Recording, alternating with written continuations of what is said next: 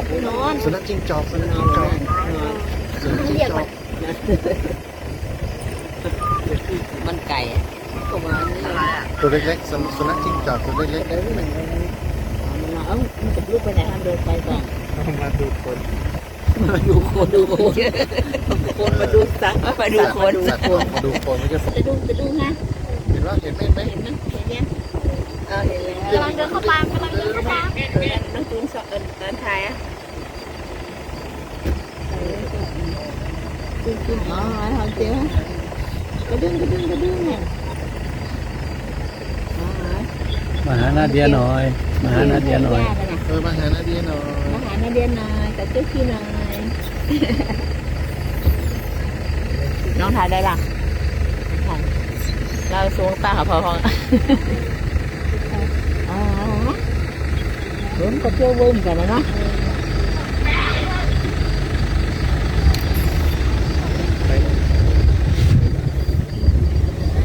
เป็นสัตว์ธรรมชาติไม่ใช่สัตว์ตัวปลอมชัดเจน เก้งครับเก้งอ๋อนี่เก่งเป็นสายฝางมีเกง5 ตัวละ5 ตัวละเกงนี่ช้าง2 เชือก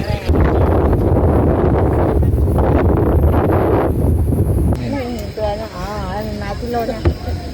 1 ตัวมันมาเป็นรถนี่ตัวนี้ลงนี่แหละลงมาหาเงินเดือนอะไรที่เสียเข้ามาแค่นี้มันจะเอาหนามปูใส่เขามันก็ว่าอย่าไปดูการ์ตูนด้วย กล่องอะไรทำเจลพูดหันน้องจูนนะปูเนาะเจลนะมันไม่สะบัดคนเหมือนในการ์ตูนมันสะบัดเหรอมันสะบัดตรงไหนก็ได้นั่นไงเกิดมาแล้วครับ กว้างมันกว้างไหนกว้างไหนเหรออ๋อจะไปเข้าใกล้ยางรถยนต์ก่อนแล้วกันอย่างมันจะปากใส่ยางนครราชสีมา